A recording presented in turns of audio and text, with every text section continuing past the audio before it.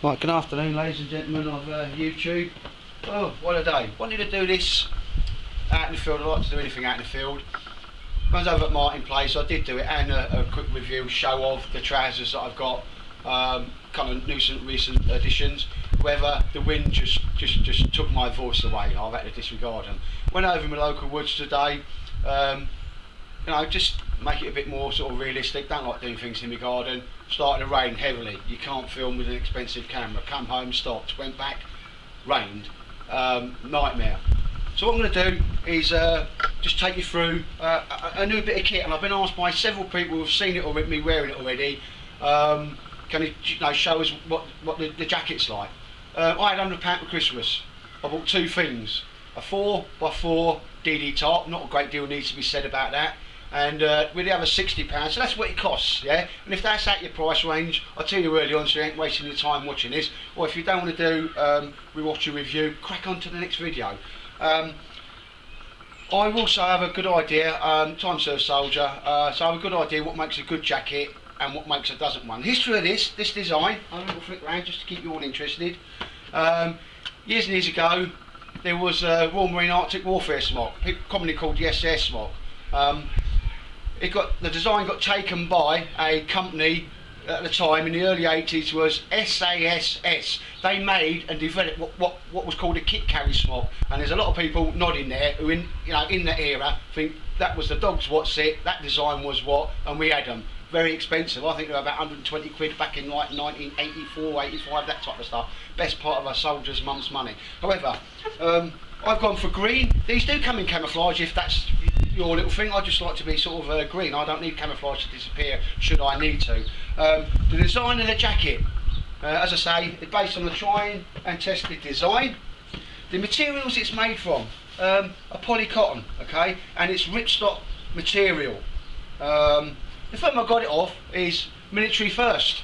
I've never had a problem with them. Brilliant service, and the smock quality wise, and I do know what I'm looking at, and I do know quality of manufacture because I make a few bits myself. Is for 60 quid you ain't going to get better, okay?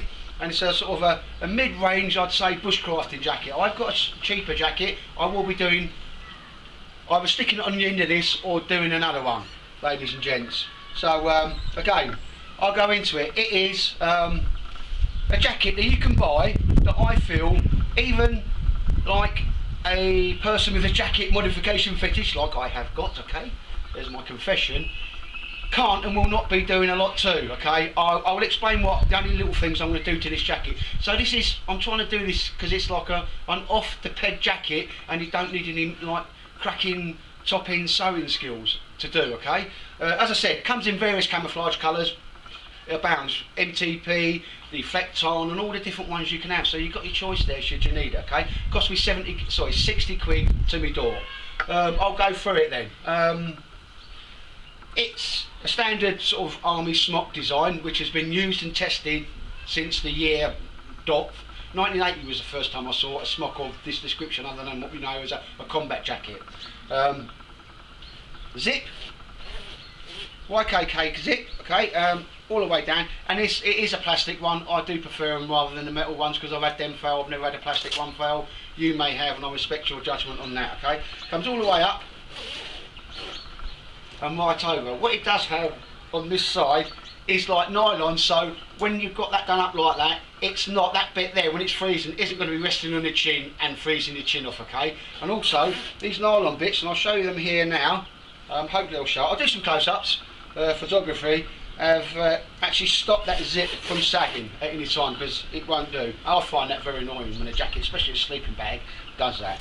So we've got a jacket, okay. It's got quality nylon tapes all the way through, good Velcro, and what we will have as what I know as the NATO button. Large button for when you've got gloves on, and it's not sewed by cotton which is going to let you down. It's got nylon tape. Okay, and I'm going to stick a few pictures of that in there, okay. The first thing we have, quite handy as it goes, is a zip that goes right inside the jacket. I'll do it up so that'll probably make that look a lot better. And this is where normally the zip catches, doesn't it, because it's Murphy's Law. So let's flap over. You can undo your flap. pull that out and actually go right inside the jacket, so I'm touching my tummy there now. And that's not a bad little thing to have, because you can have other things, yeah? It's got 4 pockets on the front, slightly lower down. This is just where your bushcrafting belt or your webbing belt's going to go, okay? So that's why the pockets are a little bit lower, and I like that, okay? Each pocket really lovely sized. We have a zip that allows you to go inside the pocket, and that's going to be where you're going to keep all your maps and stuff like that, okay? And there's another pocket in there. Again, each one's done up, and it has that little sewn edge, so stuff can't and will not fall out the side. Now what I've got in these pockets, I may do as another video, because I've been asked to do that then. So that's the front of the jacket, okay? That's up nice and tight round your neck. As we go round the jacket, you're going to notice it's got a few more pockets than most jackets have. First one being here, okay, and this would take a 58 water bottle pouch, and so would any of them. So that's a general. Now the black Osprey, well I know them as 58 water bottle pouches, will fit in any of these pockets. So that gives you for sizing. Now on the front there, I've got gloves in there. I've got my head warmer in there. I've got a shemag in the other side. Some of my warm kit that I'm going to put on. So it's always with me. And around the back, okay, an SS, they're a civil company that made stuff for soldiers. Put this on, and I know it as a poacher's pocket. I mean, untold stuff you can put in there. You know, like the lightweight tarp I got, because that's what's eventually going to end up in here when I get this jacket up the scratch. You know, a silver 4 blanket, all that type of stuff. So you've got some huge carrying capacity there. And like I say, there's another pocket there, undone, a bit naughty. So always do your pockets up. And another one there, and again with these ones, because I'm walking and so forth, and if I was to go down, all I've got is my soft stuff. Yeah, let's have a quick look.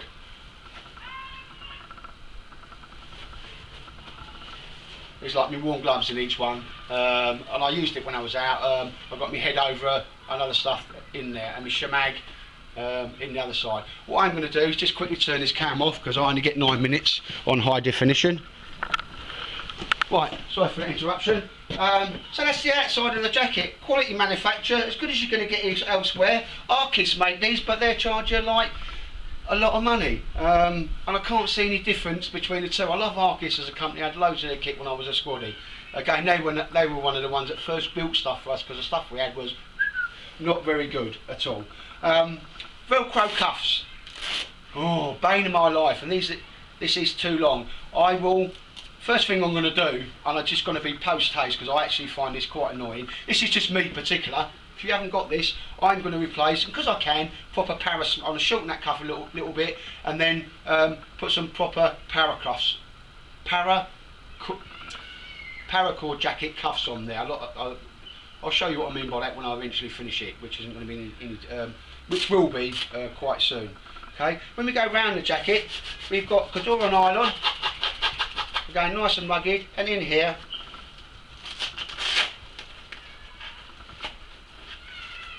pull it out, as you can see there, some thick padding. Okay, that's going to help your elbows at any time if you fall or you're kneeling doing your fires and all that type of stuff. I love having these cuffs built in. They're not in any way obtrusive, don't get in your way, don't wear on your elbow, and you don't know them that they're there. So again, I put these on any jacket that hasn't got them.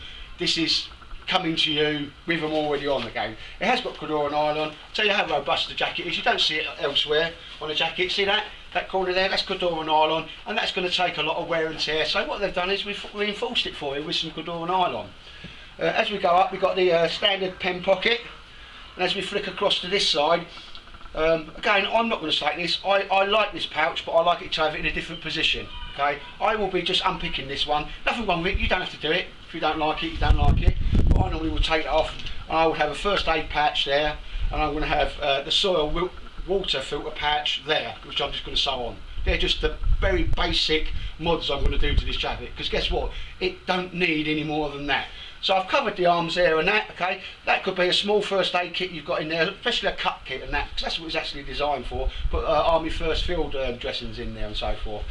Around the jacket, ain't going to hurt, going to leave them on. There's little loops that are sewn on. I think there's some on the back, hopefully you'll see them. They were just, should you need to, you can attach some screen to, you know, some hessing and break your outline up a bit. I'm not at a point in my life where I need to do that. However, I have been, and they do work. And again, if you needed to tie something onto the back or whatever, it would work, but it can't be very heavy. So ladies and gentlemen, that's the outside of the jacket. There's the sleeve. Excuse me while I have a quick drop of rosy. Oh, lovely. So jacket, like I say, happy with the zip. Reinforcing webbing behind the zip so it won't actually catch. Now on the inside you've got normal pull cords at the bottom, because when you've got this jacket, you know it's a bit long, you do it up and have it folded underneath anyway. So inside the jacket we've got 2 inside pockets zipped away, so I see this here, only as good as my word, where I would keep my mobile phone, stop it being lost, and there's just a couple of waterproofing bags for it. I'll put that out of the way. And again, on the other side, for me, that will be, see what I've got in there. Oh, there are. A very, very cheap but effective, probably one-time use raincoat poncho. I think they cost about 10 pence, but if I'm caught in the rain, that's there. I'm not reviewing what I keep in the jacket, so I'll crack on. But inside you've got 2 zip pockets, which are always good for keeping your stuff safe. Taking the jacket off now. And again, you can see why I've got warm kit on, because it's cold. Yeah. In the summer it's just going to be a little bit baggy, but that bagginess will have a bellows effect, you know, helping the air circulate, taking the heat away from my body. Never buy a smock that fits you like a dream, because by the time you put some clothing underneath it, and you will do, it won't fit you and it will restrict your movement, okay? So as we're going around on the inside, what we've got here at the back, and not including the one that's on the outside, is a poacher's pocket. So you know, you can put a set of waterproofs in there, a waterproof jacket folded up, and a waterproof trousers if you need to. That's just straight off the top of my head. But one thing I do like is that big jacket, sorry, the big pouch at the back. Because push comes to stuff, you can get a lot of stuff in there, okay? A lot of stuff. I would say inside, if you turned it, took it like a rocket pouch off a Bergen, stuck it on there, that give you an idea of the size of this jacket. Again, always carry it about with you. And as we go down to, we have got a hood, okay? It's got a, I'm not quite a fan of them to be honest, but it's got a metal sort of piece of wire in there, so you can pull it round your face if need be, and all the necessary draw cords, and even one at the back, so when this folds down, it's out the way. So ladies and gentlemen, there's my new smock, little birthday present for myself. I did buy a cheaper one and then mod it. I'll do a short video on that. From Miltech. Look, a couple of people say, oh, this and that, but I'll tell you what I do know about jackets. And for a bushcrafting smock or an outdoor smock for 60 quid, bearing in mind we all haven't got loads and loads of money, I certainly haven't, to go out and lash out on this well, really good kit, but you know, you're going to pay a lot of money for it, then that's a very viable alternative. What I do like is the actual material made. As I say, if it starts to rip, it's got this, like, they look to be like 5 centimetre holes in it. Okay, and I'll try and come forward and get a picture of that. So if it does get caught, it won't rip any further than the next larger square or stitching. But so, ladies and gents, as requested, hopefully I haven't bored you if you just watch my channel for bushcrafting, because this is just a bit of kit I think it's a good idea, and like a lot of people have asked me about it, haven't seen it. So it's 60 quid to your door. I like green, comes in different camouflage colours. I'm not in any way, I paid it for this. It's Military First I got it from. I have no association with this company, and I do not have any shares in them either. It's just where I got it from. If you can get it cheaper, let me know and I'll be gutted. But I couldn't. So 60 quid for a bushcrafting jacket, ladies and gentlemen. And again, it does have, I've had some done, some Velcro on there. If you want to put a name tape on, which I think is quite popular with a lot of people, I think it's a good idea, because when my old timers kick in, at least I can remember who I am. Right, on that, ladies and gentlemen, but thank you very much, and you know, good smock. So it's out there, and it's had a review. Take care.